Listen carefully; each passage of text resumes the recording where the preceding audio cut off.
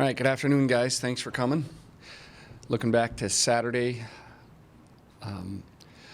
once again, we didn't get off to the start that we wanted, so we got to address that and try to get that changed, but also felt that our guys did a great job starting late in the first half to play complementary football. We were really pleased with that. We finally got some momentum in the game, and offense scored, defense gets a stop, gets the ball back, special teams executes, gets points right before half. I thought those 10 points were really key in the outcome of the game, and even with an unfortunate happening early in the second half, we overcame that by forcing a field goal, which we got momentum back, and then to go get the lead and really play complementary football for a big chunk of the game was really good for our guys. Strong belief on the sideline, but I think it all went back to just staying in the moment in that first half when things were tough, and we knew this was going to be a tough game against a really talented Missouri State football team, but pleased with the win. And now we move forward to Youngstown State, and there's just a really good football team. I was impressed with the way they played last week. I think they're very active up front on defense and at the linebacker positions and cover well in the secondary. They create a lot of turnovers, this defense. And then offensively, McLaughlin, he's a special back. You got to really play well to try to limit his yards, to shut him down completely. I don't know if I've seen that happen yet. He's averaging over 8 yards a carry last week, and he was over 9 yards a carry. So Coach Phillips and staff done a good job with their program. They're really solid football team. So after two big wins at home this season, 2-0, both against ranked teams, has been just so solid inside the Alair Center.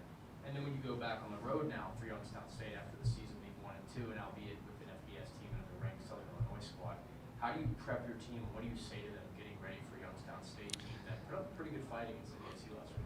Yeah, I think our guys understand the competition level in the Missouri Valley, that every week's a really good opponent, and they'll watch this opponent, and when you watch them, they'll get your attention. They're a really good football team, and they played Kentucky, who's was a top 10 in the FBS, and played them really well for a long part of that game, and go to NDSU and got back in that game in the second half. So this is a team that plays really hard, and you got to get ready for them. So what does our team need to do? We need to really have a good week of preparation, and we got to play really well early on the road. I think that helps you to get some positive plays, and some scores early would really help in the game. And if it doesn't happen, you got to stick with it, because it's not always going to go as planned. But we seem to have a lot of energy when we play at home. There's no doubt about that, but we got to figure out a way to play with that energy and emotion on the road. As you prepare defensively, does this have a different feel just as facing an opponent maybe that wants to run the football a little more so than maybe some of your other Missouri Valley games here? Do you feel different? Well, we always start our plan with defending the run, and this opponent runs it a little bit more than we've seen, so we're still starting that way. But you really got to have a good plan, and our guys got to really be disciplined with staying in their gaps, and because if you make a mistake, he really makes you pay. He's just special.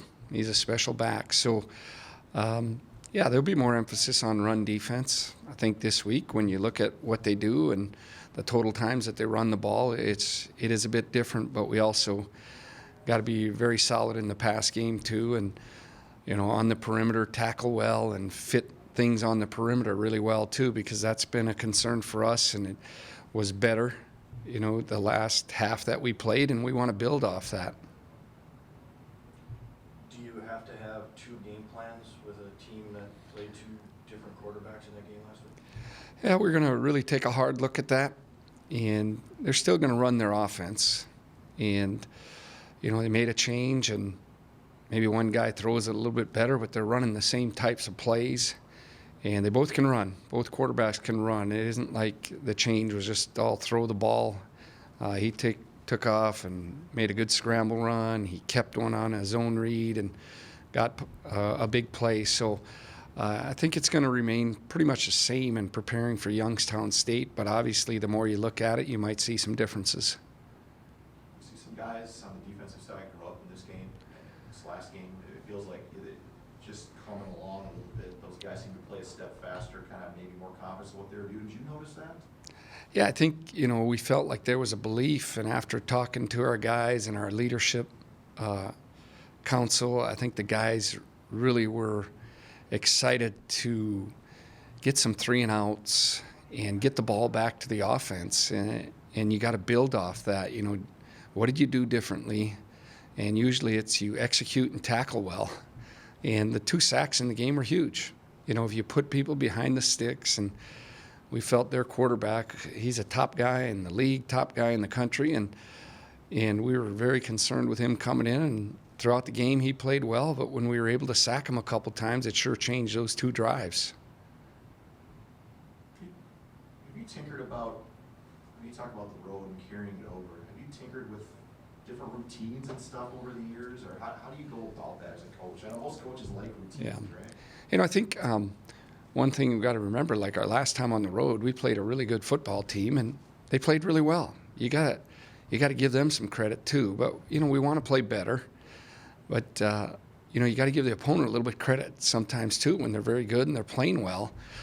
But we've got to figure out a way to be at a better emotional level with a lot of energy, especially early in the game, because playing catch up is not the way you want to play this game. You want to play downhill and aggressively and play from the front, and that really helps you on the road. Was this the best game the offensive line has played this year, this last week, you feel like? Yeah, I thought they were really key. We ran the ball consistently in the second half, and shared that with the team yesterday, that group, they like it. Anytime the offensive line, can play solid and you're able to run the ball, that really helps your football team. And I thought, gave Tyler a big game, rushing yards, and we were able to hit some big plays with Isaiah. And that really helped us in the football game. Those guys had a good, solid game. What have you seen from C.J. Siegel this year? Seems to give you a pretty consistent showing every week. Yeah, he's a veteran guy.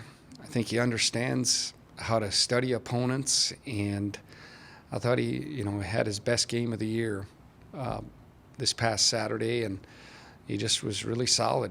Even though he had the pick 6 the one game, I just thought he really covered well against some good people, and he got some opportunities to get some breakups, and he was able to do that. But he's really all over the field on some other plays too, and got a lot of talent. But it isn't talent alone. He's got a lot of desire to be great, and we were really pleased with his performance this last Saturday.